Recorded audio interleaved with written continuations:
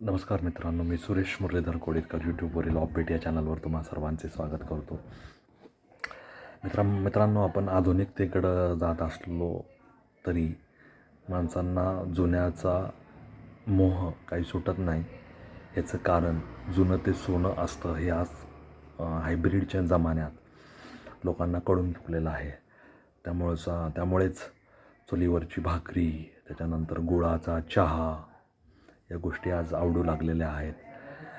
खपलीचा गहू असेल, जुना काळा तांदूळ असेल, या लोकांना गोष्टी आवडू लागलेल्या आहेत. भाजणीचं थालीपीठ असेल किंवा कडधान्य असतील, त्याच्यानंतर जवस असेल, त्याच्यानंतर जवसाची चटणी, तिळाची चटणी, कारळाची चटणी, नाचणीची भाकरी, ज्वारीची भाकरी, याला सोन्याचे दिवस आले आहे असं म्हटलं तर वावगं ठरणार नाही. कारण आधुनिकतेचं रूप घेऊन लोक बर्गर पिझ्झाकडून आज जुन्या भाजी भाकरीकडे वळत असतील तर तो आनंदाचा दिवस आहे असं म्हणायला काही हरकत नाही. आणि आपल्या जुन्या प्रथा परंपरा या वाईट होत्या, त्या कर्मकांडाच्या होत्या, त्या फक्त दिखाऊ होत्या, त्या फक्त डोळ्याला चांगलं वाटेल अशा पद्धतीच्या होत्या, असा जो एक गैरसमज पसरवण्यात आला होता. आणि त्याच्यामागची तार्किक कारणं आपल्याला माहिती नव्हती. परंतु लोक आज अभ्यास करू लागलेले आहेत, गुगल करू लागलेले आहेत, शोध घेऊ लागलेले आहेत आणि वारंवार आपल्याला अप्रगत, मागास असं जे ठरवण्यात आलं होतं, हिंदू संस्कृतीला, सनातन संस्कृतीला, प्रथा परंपरांना हे भेदभाव करणारे आहेत, त्यांच्याकडे काहीच नाही, संसाधनांचा, पर्यावरणाचा दुरुपयोग करणारे आहेत, हत्या करणारे आहेत, बळी देणारे आहेत, असे विविध नाना उपाध्या आपल्याला लावून आपल्याला मानसिकदृष्ट्या गुलाम करण्याचं, न्यूनगंडाच्या अंधकारात ढकलण्याचं एक षडयंत्र स्वातंत्र्यपूर्व काळापासून स्वातंत्र्योत्तर काळानंतरही चालवण्यात आलं होतं. त्याच्यामध्ये अनेक लोक सामील आहेत, त्याच्याबद्दल आपण नंतर बोलू. परंतु आज त्याच्यावरची जी पुटं होती, त्याच्यावरचे जे एकावर एक आच्छादनं होती, ती सगळी लेयर्स, म्हणजे ज्याला आपण एक हे म्हणतो वर्ख, ती वर्ख आज आपण ओरबाडून काढून स्वच्छ जुन्या आपल्या मूळ संस्कृतीकडे वळत आहोत. आणि त्याच्यामधल्या मर्म, त्याच्यामधलं विज्ञान, त्याच्यामधलं शास्त्र आपण समजून घेत आहोत. आता आपल्या लोकांनी हे पण शोधून काढलं की आपले गोपुरं असतील, आपले कळस असतील, ते काय काम करायचे, गर्भगृह असेल, मंडपम असेल, आतलं जे दिवा असेल, निरांजन असेल, पुष्परचना असेल, देवाची रचना असेल, त्याचं आकाशातील ग्रहताऱ्यांशी जोडलं पण असेल, त्याच्यानंतर नंदी, कासव, घंटा, या सगळ्यांचं मार्ग लोक शोधत आहेत, त्याच्या मार्गचं शास्त्रीय विज्ञान अभ्यासत आहेत. जीवाकडून शिवाकडे जाण्याचं जे सूक्ष्म विचार आपल्या संस्कृतीने केला त्याबद्दलही संशोधन चालू आहे. आणि त्याचबरोबरीने आज लोक हेही शोधत आहेत की केळीच्या पानावर जेवण केलं तर त्याच्यामधून गरम गरम जेवण आणि केळीच्या पानाचा संयोग होऊन जे काही विविध घटक निर्माण होतात ते आपल्या आरोग्याला कसे पोषक आहेत ह्याचासुद्धा अभ्यास करण्यात येत आहे. आणि दक्षिणेकडे आपल्याला केळीच्या पानावरच वाढलं जातं. जे काय सांबर असेल, भात असेल, इडली असेल, भाजी असेल, जे काय असेल, लोणचं, चटणी, तर ते अँटीऑक्सिडंट किंवा इतर काही गुणधर्म आहेत, कीटकांना दूर ठेवणारे, पोटात आवश्यक घटक त्या पानातले जावेत म्हणून ही सगळी रचना आपल्या ऋषीमुनी, संत, आचार्य परंपरेने केलेली आहे. आता केळीचा विषय निघाला म्हणून केळीच्या अंगानेच मी थोडंसं पुढं बोलणार आहे. हे सगळं नमनाला गळा भरतील त्यासाठीच होतं. आणि केळी आपण विविध ठिकाणी केळीची खुंट वापरले जातात. लग्न समारंभ असेल, धार्मिक कार्यक्रम असेल, भंडारा असेल, पूजा असेल, गणेशोत्सव असेल, देवी असेल, जे काय असेल, यज्ञ असेल, होम असेल, वास्तुशांत असेल, गृहप्रवेश असेल, त्या ठिकाणी केळीचे खुंट वापरले जातात दारावर. त्याचप्रमाणे चौरंगाला आपण केळीचे खुंट लावूनच सत्यनारायणाची महापूजा आयोजित करतो. इतका केळीला मान आहे. केळीच्या पानातच देवाला पुढे नैवेद्य ठेवला जातो. याचं कारण काय आहे? केळी म्हणजे गणेशाला जसा अग्रपूजेचा मान आहे तसेच धार्मिक कार्यात, वैदिक कार्यात केळीच्या पानांना, केळीच्या खुंटाला एवढा सगळा मान देण्याचं कारण काय? आपण आंब्याचा टाळाही वापरतो, कडुलिंबाचा पालाही वापरतो विविध कामांसाठी, बरोबर आहे का नाही? विविध प्रकारची फुलं वापरतो, देवाला अर्पण करतो. शंकराला हे फूल, गणपती बाप्पाला हे फूल, अशा पद्धतीने आपलं काम चालतं. देवीला हे फूल, ही माळ अशा पद्धतीने आपण काम करतो. परंतु केळीचं खुंट, केळीचं पान वापरण्याचं कारण काय? जेवणाबद्दल तर आपण बोललोच. आता ह्याचा जेव्हा आपण अभ्यास करतो तेव्हा त्याच्यामध्ये आपल्याला एक महत्त्वाची गोष्ट आपल्या शास्त्रकारांनी, अभ्यासकांनी लिहून ठेवलेली आहे की केळीला हा मान का आहे?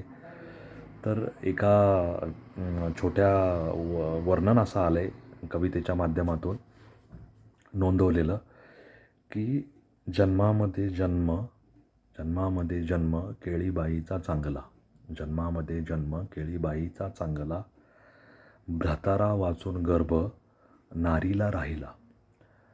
आता केळी ही स्त्रीलिंगी आहे, केळीला स्त्रीची उपमा दिलेली आहे आणि स्त्री आणि तिचा भ्रतार, भ्रतार म्हणजे भरणपोषण करणारा किंवा भ्रतार म्हणजे पती.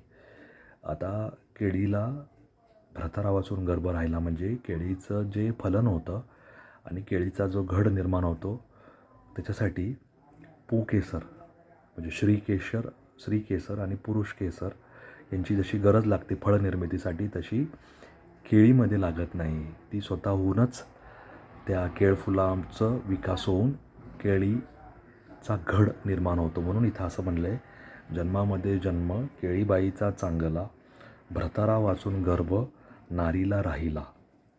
श्रेष्ठ पतिव्रता केळीबाई म्हणू तुला, श्रेष्ठ पतिव्रता केळीबाई म्हणू तुला, विना भोग गर्भ मरणाचा ग सोहळा.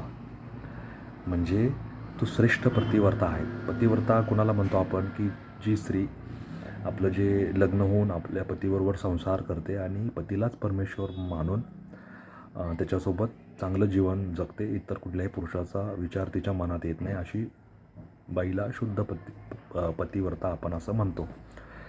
आणि केळीला तर त्याच्यापेक्षाही उच्च कोटीतली पतिव्रता असं म्हणले. कारण काय?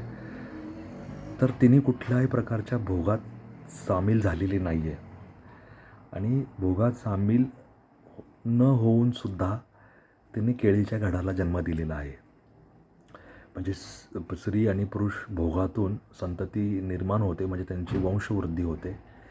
आणि भोगाच्या मुळाशी काय असते तर वासना, देहाची आसक्ती, देहाचे आकर्षण आणि त्याच्यातून निर्माण होणारी वासना, परंतु आणि त्या वासनेतून होणारं गर्भधारणा. परंतु केळीच्या नशिबी अशा कुठल्याच प्रकारचं भोग नाही आहे वासनेचा.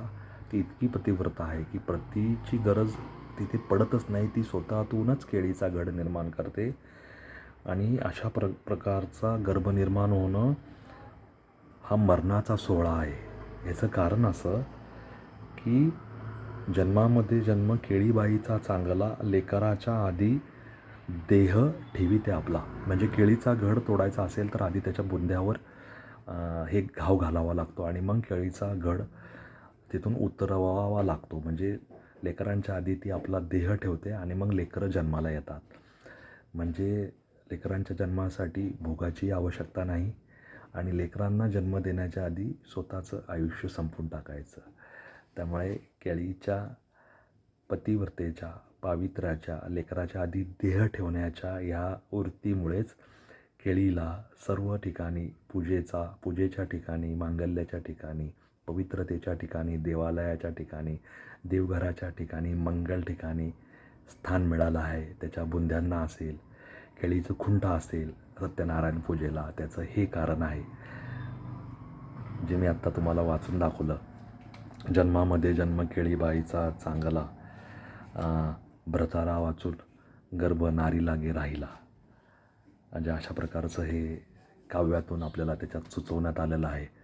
आणि मला खात्री आहे की तुम्हीसुद्धा आता जिथे जिथे केळी दिसेल धार्मिक कार्यात, धार्मिक अनुष्ठानामध्ये, मंगल कार्यात, पूजेच्या स्थानी, वास्तुशांतीला, गृहप्रवेशाला, सत्यनारायण पूजेला तुमच्या मनात हा विचार नक्की येईल आणि तुम्ही तिथे जमलेल्या लोकांनासुद्धा हे जरूर सांगाल की केळीचं खुंट वापरण्यामध्ये केळीला जो अग्रपूजेत पवित्रतेचा आणि पावित्रतेचा मान लाभला आहे, त्याच्या पाठीमागे एवढी मोठी पावित्र्याची, वासनारहिततेची आणि लेकरांच्या आधी देह ठेवण्याची समर्पणाची भावना केळीच्या या रूपात, केळीच्या या स्वरूपात आपल्या इथे आहे आणि ती आपल्या संस्कृतीने आपल्या पूर्वजांनी ओळखलेली आहे म्हणून त्यांनी तिला तिथे ठेवलेलं आहे. तुमचं काय म्हणणं आहे या विषयावर मला जरूर कळवा. ऑफबीटच्या प्रवासावरचे विश्वस्त व्हा, वाटेकरी व्हा, मित्र व्हा, सखा व्हा, सोबती व्हा. या नोटवर तुम्हाला सर्वांना विनंती करतो आणि थांबतो. तुमच्या प्रतिसादाची मला अपेक्षा आहे. धन्यवाद. जय हिंद, जय महाराष्ट्र, वंदे मातरम, जय श्रीराम.